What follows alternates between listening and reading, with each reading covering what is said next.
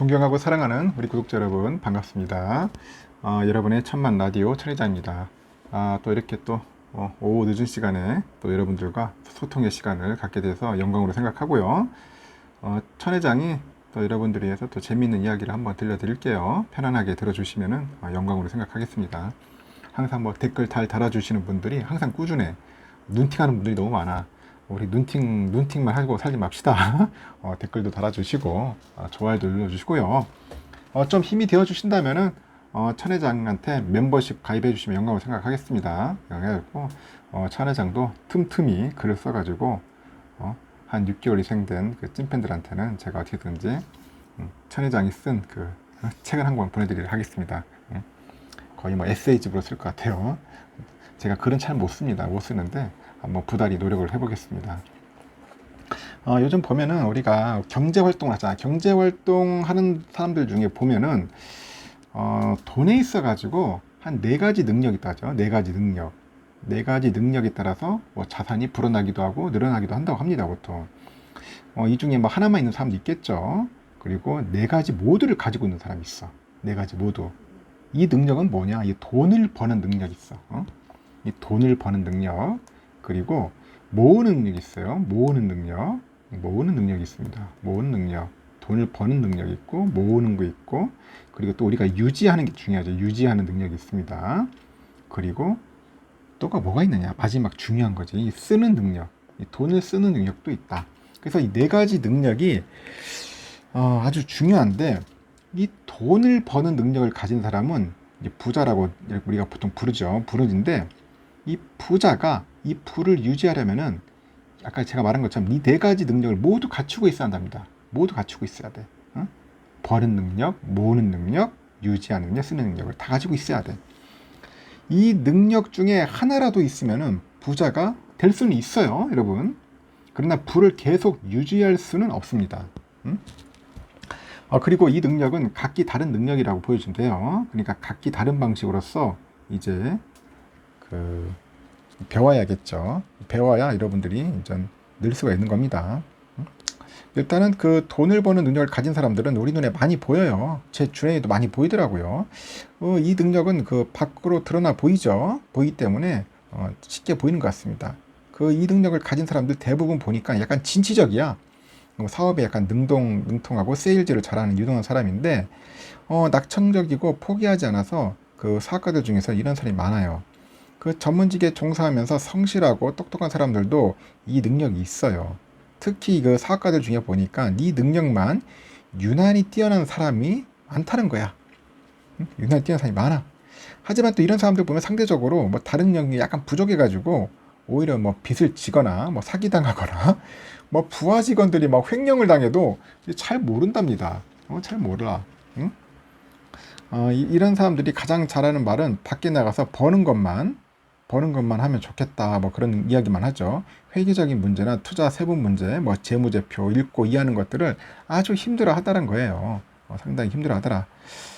하여튼 그렇습니다. 제가 볼 때는 굉장히 힘들어 하고, 하여튼 그 재산을 모은 후에 이제 뭉칫돈으로 날리기도 좋아요. 또 보니까 세금 보고를 허술히 하거나 복잡한 투자, 그런 지출 문제에 봉착하면 약간 믿고 맡긴다는 듯한 그런 호인의 태도를 취하기는 하겠지만은 사실은 귀찮고 이해를 잘 못한다고 하죠. 또한 많은 사람들에게 돈을 어떻게 벌여야 하냐는 질문을 받는데, 그 질문을 받는 당사자조차도 자기가 많이 벌고 있다는 것을 인지 못하는 경우가 많다고 해요. 그래서 이것저것 내고 나면은 아무것도 남은 것 같지 않아가지고 많은 돈을 벌면서도 약간 버는 느낌이 들지 않는다고 하죠. 그 돈을 모은 능력은 그 돈을 버는 능력과는 또 다른 능력이야. 그 돈을 잘 번다고 돈을 잘 모으는 것이 아니라는 겁니다. 돈을 모으려면은 그 자산의 균형을 맞추고 아주 세밀한 그런 지출 관리 능력이 있어야 돼요. 그리고 영수증 처리 같은 거, 물품 관리부터 사소한 것, 뭐 이렇게 세율, 뭐 이자, 투자, 환율, 이런 뭐 지식들, 그런 이해를 가져야 하는데, 그래가지고 뭐 재정 관리, 뭐 지출 관리도 소홀함이 없어야겠죠. 그뿐만 아니라 돈을 태하는 태도 자체가 올곧어야겠습니다. 그 작은 돈을 함부로 하면 안 되고요. 큰 돈은 마땅히 보내야 할 곳에 이제 보낼 수 있어야겠죠. 여러분, 작은 돈을 함부로 하면은 그 주변이 그를 따라서 돈을 함부로 하고요. 마땅히 풀어야 할 때 큰 돈을 풀지 않으면은 주위에 사람이 떠나요. 그 사람이 떠날 때는 돈도 갖고 떠나요. 돈도 갖고 떠나더라. 그래서 돈을 모으는 능력은 그 인품에 따라서 차이가 납니다. 약간 단호함과 너그럼도 같이 있어야 돼요. 그 돈을 벌어도 그 모을 줄 모르고 막 모르면은 결국 뭐야, 밑 빠진 도에 물 붓기지 뭐. 응? 아무리 많이 벌어도 구멍이 새는 거죠. 새는 거예요. 언젠가는 그 빈 항아리가 될 수밖에 없습니다. 어, 다음 시간에 제가 뭐 다른 능력을 또 얘기할게요. 이어서. 하여튼 여러분들 이 능력을 중요하다고 생각하네요. 돈 버는 능력, 돈 버는 능력, 모으는 능력이 됐었는데.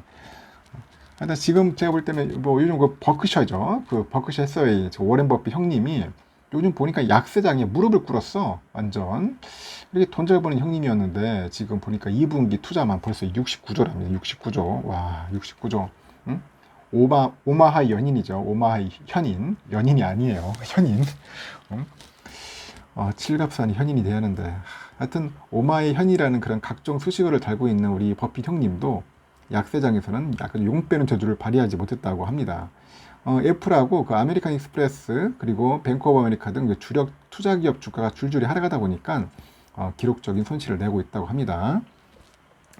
그 버핏 형님이 이끌고 있는 그 버크셔 해서웨이가 6일 공개한 2분기 실적 보고서를 보니까 약세장이 이어졌던 지난 2분기에 투자 기업들의 주가 하락 때문에 437억 6천만 달러, 우리 돈으로 보니까 56조 8천억 정도가 손실로 나타난 거야. 대규모 손실로 그렇게 나타났다고 합니다. 2분기 영업이익은 92억 8,300만 달러, 전년 동기 대비 38.8% 높았는데 그 주식과 파생상품 등의 투자에서는 530억 달러에 이르는 그 평가 손실을 기록한 탓에 상당히 좀 우울하죠. 그리고 2분기 중에 또 뉴욕 증시를 대표하는 그 S&P 지수가 16%, 이 16%나 하락하니까 결국 2020년 1분기 이후에 9분기 만에 9분기 만에 가장 큰 하락폭이라고 하네요.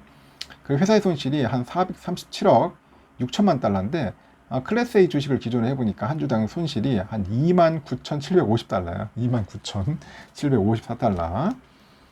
18,488달러 주당 순이익을 냈던 작년 2분기에 비해서 적자로 돌아섰고 실제 같은 기간 버크셔 해서웨이가 보유한 그 3대 종목 애플 그리고 아메리칸 익스프레스 BOA 주가는 21% 넘게 하락을 했다는 겁니다.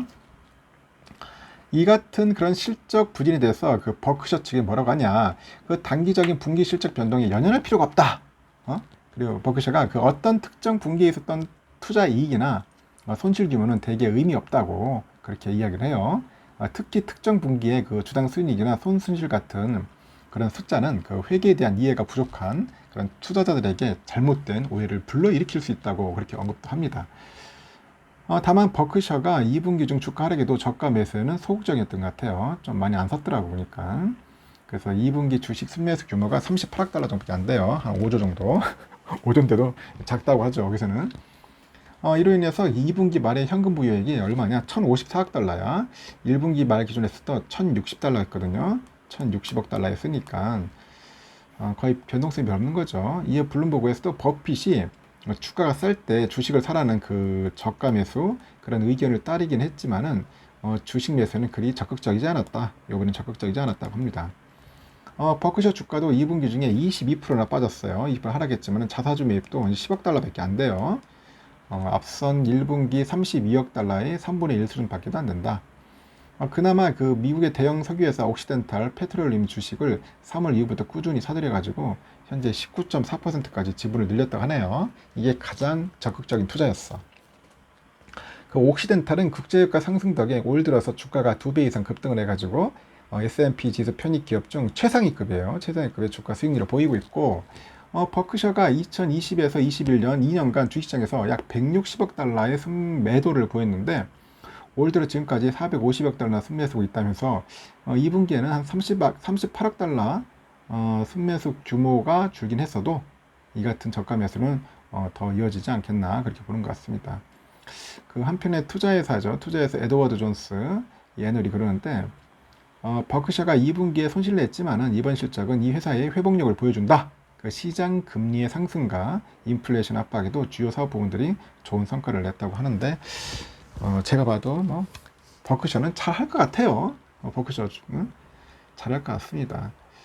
실제 대규모 투자 손실에다 계열 보험회사인 그 가이코가 보험금 청구 급증으로 4억 8,700만 달러 손실을 봤지만은 철도 기업이야, 철도 기업. BNSF 있죠. 그리고 다른 보험사 등이 돈을 벌면서 전체적으로는 영업이익을 늘렸다고 합니다. 혹시 여러분 버크셔 주식 갖고 있는 사람 있나요?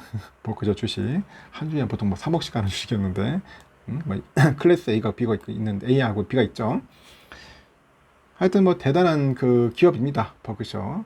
그래도 69조나 냈어도 끄떡 없는 것 같아요.